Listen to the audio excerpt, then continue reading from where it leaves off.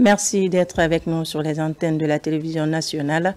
Au sommaire de ce journal, Conakry devient cette semaine le théâtre d'une nouvelle dynamique économique. Une délégation d'investisseurs allemands est en mission pour poser les jalons d'une coopération stratégique avec la Guinée. On en parle tout de suite. Les fortes pluies s'abattent sur Conakry, c'est la Croix et la Bannière. Pour certains ménages et usagers de la route, la pression des eaux diluviennes reste maintenue dans la capitale. Les voix s'élèvent, un spécialiste donne son avis. Compassion et solidarité du gouvernement et du CNRD aux victimes des récentes inondations à Conakry. Au total, 7 familles endeuillées. La délégation apporte le soutien du chef de l'État. C'est tout pour les titres.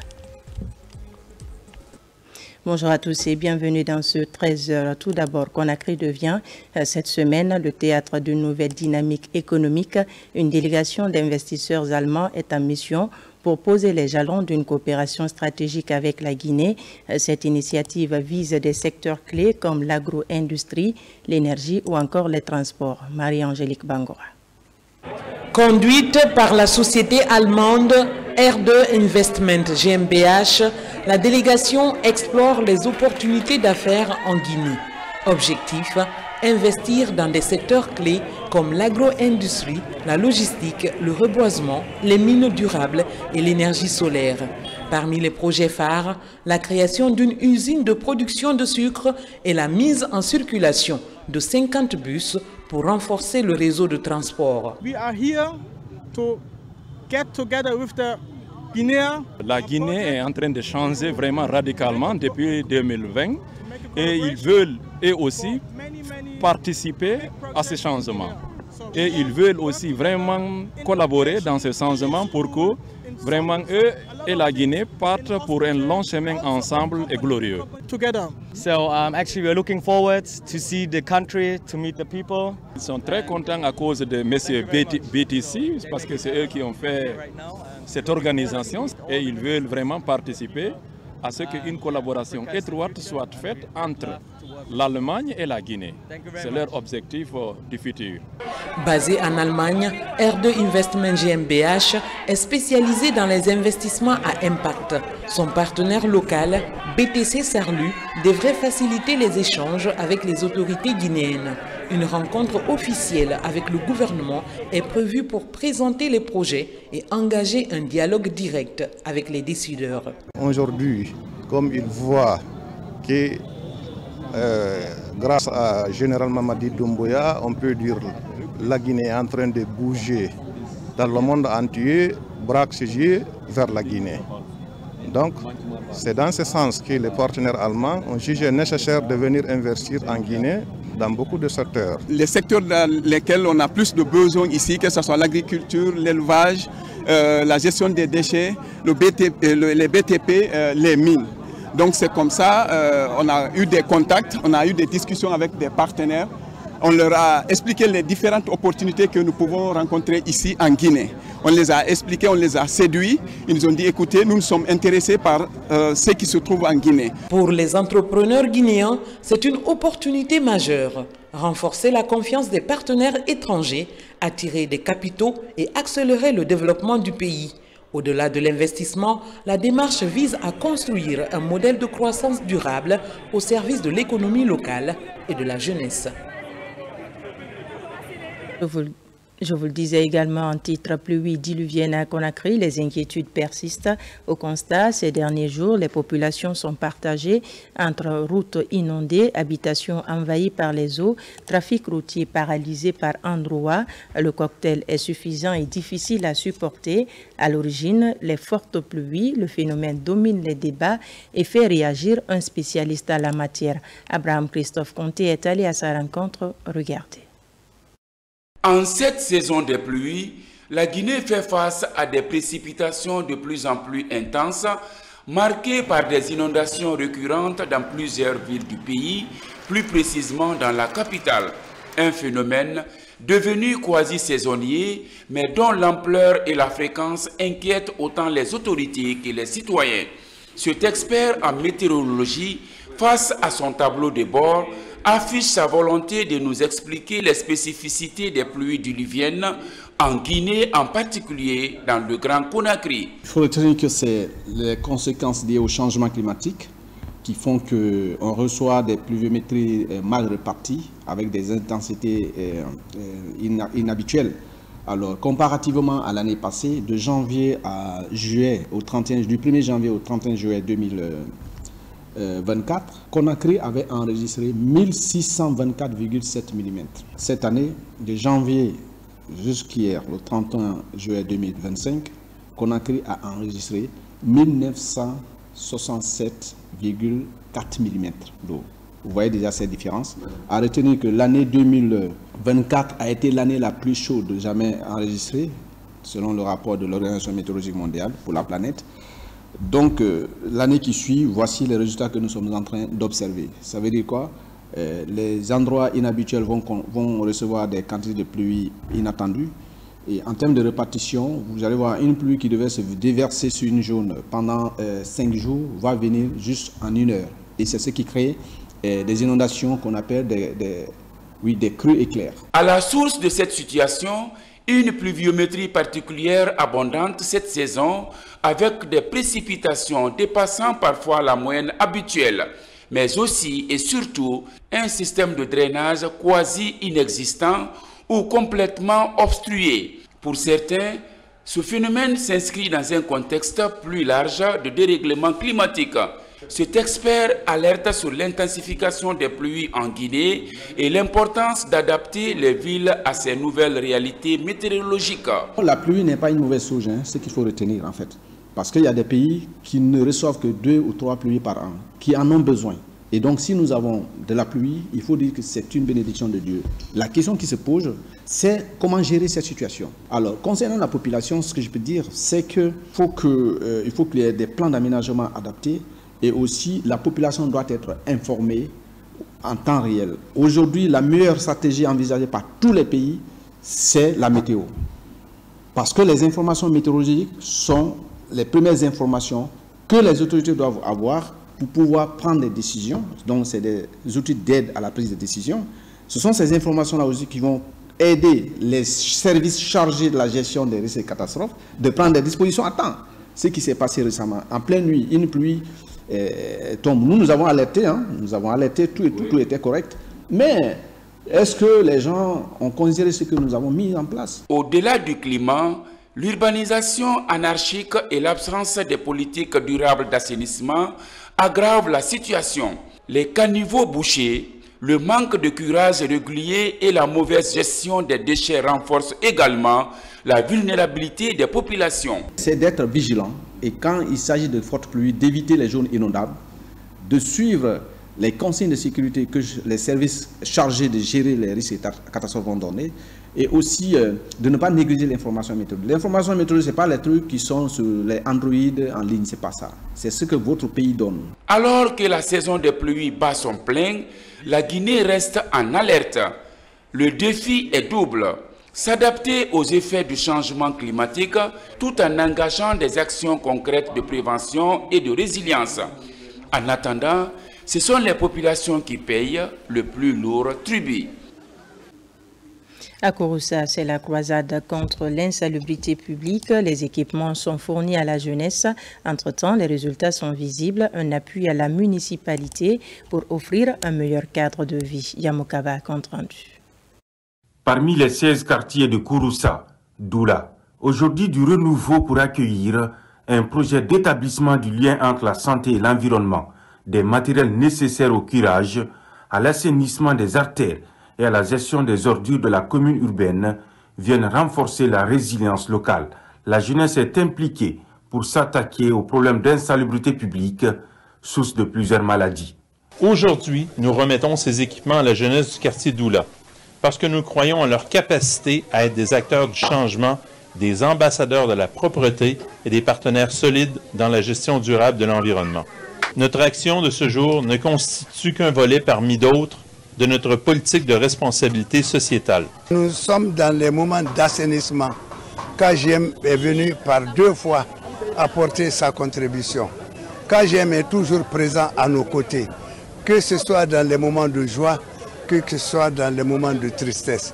À Bananko, à la périphérie de Kouroussa, c'est un autre jour, pas comme les autres. À l'origine de la joie des habitants, l'inauguration de leur maison de Dieu pour répondre aux normes de sécurité. Sa mise en service, avec une capacité d'accueil de 300 fidèles, est perçue comme un tremplin pour les grandes retrouvailles religieuses. Population de Bananko, on cherchait au-delà des seules rencontres à consolider davantage les liens de coopération France sincère, basés sur la paix, la quiétude et surtout le développement entre la société KGM et la communauté de Bananko.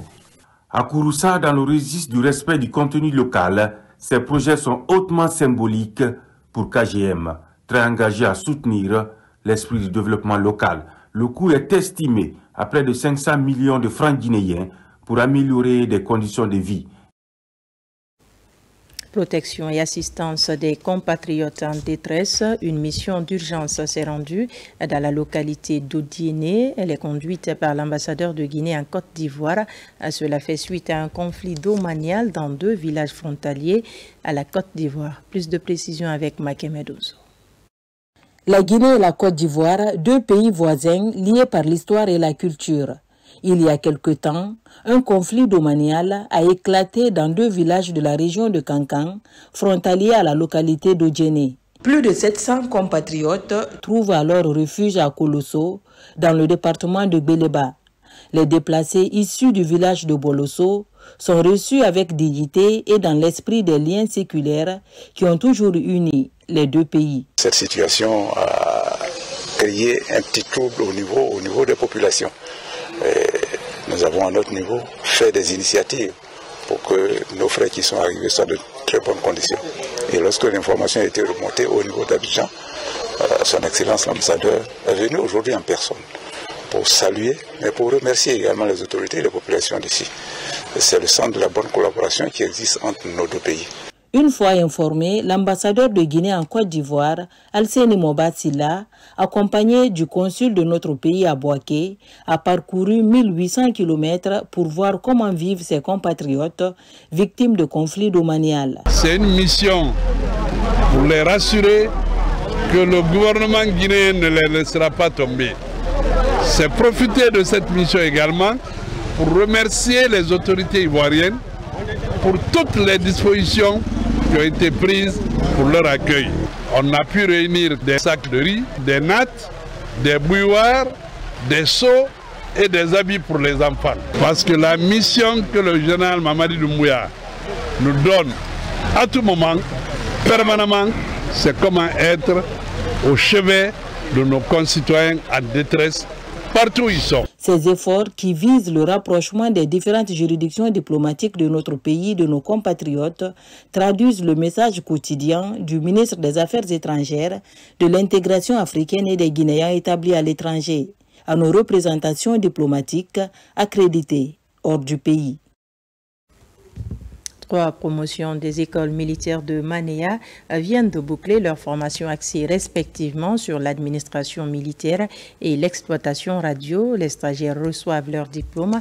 La cérémonie est présidée par le commandant du bataillon du quartier général, adjudant-chef Oumar Kamara de la presse militaire. Les écoles militaires de Manéa poursuivent leur mission de formation et de renforcement des capacités opérationnelles des hommes. Pour l'année académique 2025, plus de 522 stagiaires ont été reçus dans ce temple de savoir pour répondre aux défis contemporains du métier militaire.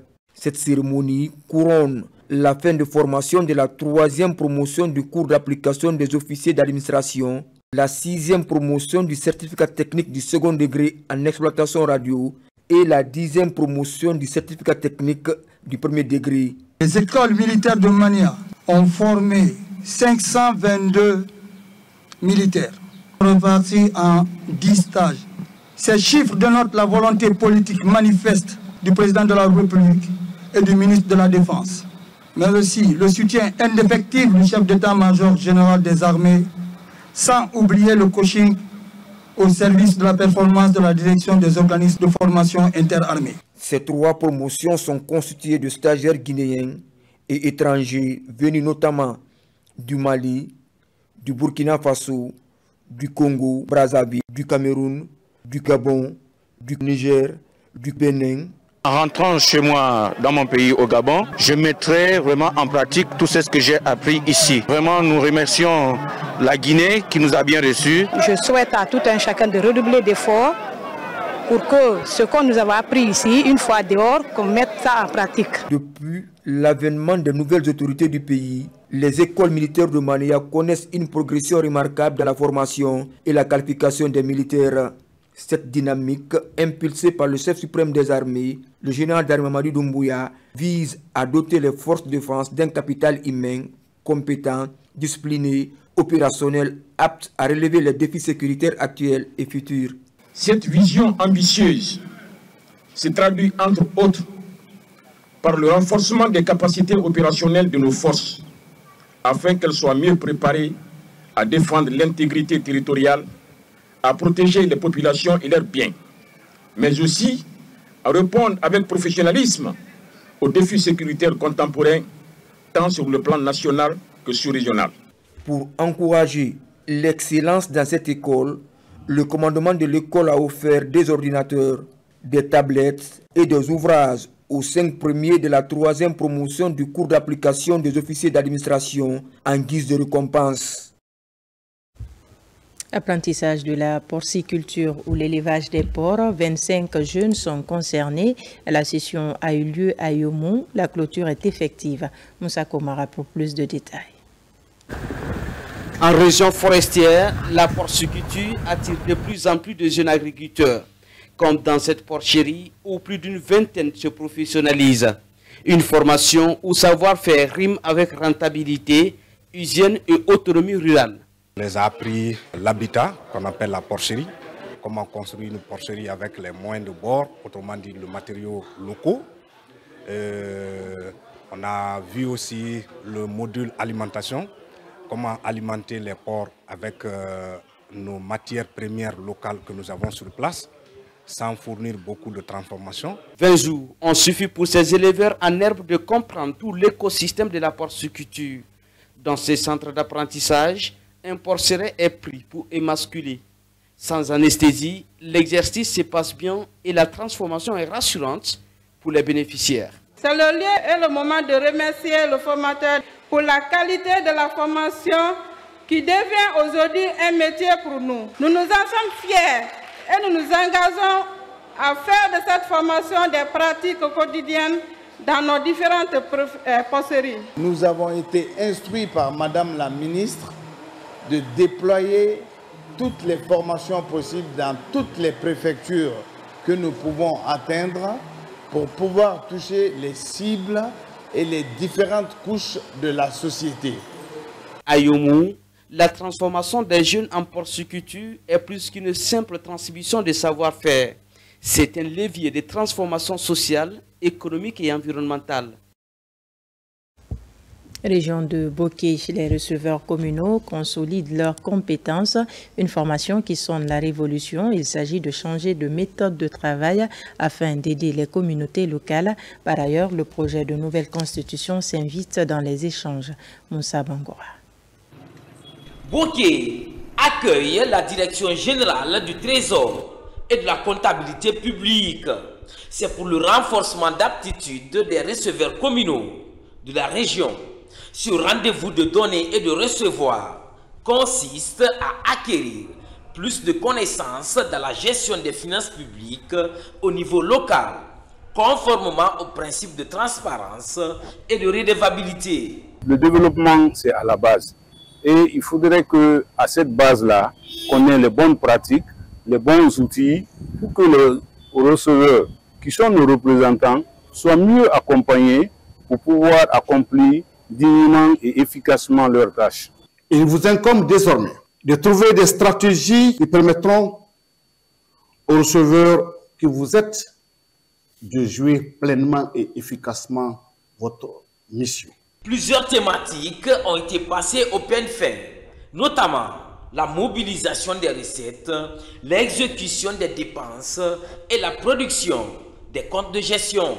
La méthode de travail, avant ce qu'on fait, on va reprendre maintenant pour les autres et digitaliser, faire une pratique sur le modèle de gestion. L'invite que je vais faire au nom de receveur, c'est de vraiment s'approprier les outils que nous allons nous mettre à notre disposition. Vous avez identifié les défis à surmonter, les opportunités à saisir pour une décentralisation financière effective. Je retiens que vous êtes engagé à un renforcement continu de vos capacités à travers une maîtrise de l'outil informatique essentiel à la mise en œuvre de notre mission. Autre facette de la rencontre, la vulgarisation du projet de nouvelle constitution.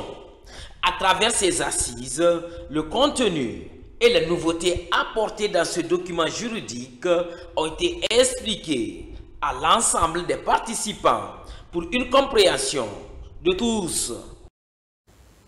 Compassion et solidarité du gouvernement et du CNRD aux victimes des récentes inondations à Conakry. Au total, 7 familles endeuillées. La délégation apporte le soutien du chef de l'État, une action humanitaire qui traduit la volonté des autorités à ne laisser aucun pour compte. Mohamed De Camara. Au total, 7 familles endeuillées par les inondations des derniers jours à Conakry sont visitées par la délégation composée du CNRD et les membres du gouvernement. Suite à ce drame, la délégation est venue partager la compassion et la solidarité du président de la République, le général Mamadi Doumbouya, et tout le peuple de Guinée. On se souvient encore, la nuit du 30 au 31 juillet dernier, suite aux pluies diluviennes, certaines communes de Conakry ont été lourdement touchées. Les premières données, c'était 15 morts et 3 portés disparus. Et donc, ce matin, la journée d'aujourd'hui, il y a 2 portés disparus, le corps de 2 portés disparus ont été retrouvés. Donc nous sommes maintenant, l'ensemble du bilan, à 17 morts et 1 porté disparu. Dans les maisons mortuaires visitées par la délégation, on pouvait lire sur les visages la consternation et la pitié. Les parents étaient encore sous le choc de la disparition des membres de leur famille biologique. Je suis le seul pour être témoin. Dieu m'a sauvé, je suis le seul. On a retrouvé 3 corps. Donc il reste un corps jusqu'à présent qui reste. On a dit qu'ils sont parents que ceux-là qui se rendent le service. Mais les propres parents aujourd'hui, c'est le gouvernement. Nous tenons à saluer la compassion de tout un chacun. Parce que utilisons l'État, c'est nous tous. Donc il faisait partie, nous aussi nous faisons partie. Donc tout un chacun a fait de son mieux pour présenter ses compassions, ses condoléances à la famille. Ce déplacement de ces membres du gouvernement matérialise la volonté des autorités au sommet d'accorder une importance capitale aux Guinéens. On connaît tous le côté humain de Monsieur le Président de la République, le général Mamadi Doumbouya. Depuis l'annonce des inondations le 31 juillet dernier, ayant causé des pertes en vies humaines, il a instruit tout de suite le Premier ministre, chef de gouvernement, mais aussi les membres du CNRD, pour aller rendre visite à chaque famille qui a perdu un être. C'est vraiment pour apporter son message de compassion, mais aussi de solidarité des membres du CNRD, mais aussi de l'ensemble des membres du gouvernement. Les blessés de ces inondations, à leur tour, sont aussi pris en charge par le gouvernement dans certaines structures sanitaires de la capitale. Une détermination des autorités à venir au secours des Guinéens, surtout en détresse. Fini la 3e édition du Festival international J'aime ma culture. Koya et Kassa respectivement abritent les festivités et une conception du centre culturel Griot Mandeng et Mikini Business Communication. But de l'événement, promouvoir la diplomatie culturelle. Noumoussou Diakité, Mikini Moussa Kamara. Une pléiade de chorégraphes accomplis se retrouve à la plage Soro dans la commune de Kassa. Ces créateurs proviennent de divers continents à travers le monde, notamment l'Europe et l'Amérique. Ils livrent des spectacles gratuits pour égayer le peuple de Guinée. C'est une conception du Centre culturel international Griot Mandeng et Mikini Business Communication qui accorde du prix à la promotion de la diplomatie culturelle en Guinée. Nous avons mobilisé le monde entier pour la Guinée. Et la Guinée est une puissance de la culture. Donc il est question de faire profiter notre pays à des événements hyper exceptionnels. Mais vous voyez que le monde entier est en Guinée. Et pour dire que la Guinée s'impose par son innovation, par son leadership sur la scène internationale. Chaque année, nous parvenons à mobiliser les différentes communautés de la planète autour de notre programme de festival J'aime ma culture. Franchement, il nous a bien accueillis. Abou Sameke, mon frère, et mon frère de la culture, il nous a bien reçus. Il s'est occupé de nous. Franchement, pour la 3e édition, depuis au centre culturel Le Gré de Mandingue jusqu'au là, c'était très bien passé. Mes élèves sont très très contents. Ils ont bien aimé la Guinée, comme toujours, sur la plage. Et ils sont très contents d'être ici. On est à l'aise. L'objectif secondaire de ce programme est de donner plus de visibilité et de lisibilité sur les destinations guinéennes à l'échelle internationale. Et ben vraiment, c'est une très belle découverte parce que là, du coup, j'approfondis la connaissance de la culture, je vois les danseurs, j'entends la musique, je découvre voilà, la vraie culture guinéenne. Donc, c'est vraiment une très bonne expérience et c'est très marquant. Lorsqu'il a créé son centre, il a mis une équipe instrumentale sur place, incitant les enfants à venir apprendre à jouer au djembé, à apprendre nos danses, bref, notre culture, gratuitement. Les organisateurs sont aussi à Koya pour une série d'activités culturelles avec un menu riche et varié, carnaval, promenade, prestations des ballets, défilés de mode, slam, représentation théâtrale, exposition des produits agricoles. Voilà qui met fin à ce journal. Merci de nous avoir reçus chez vous. L'actualité se poursuit sur notre site le www.rtgguinée.info. À très vite pour d'autres informations de la Guinée, notre paradis, terre de richesse et d'innovation.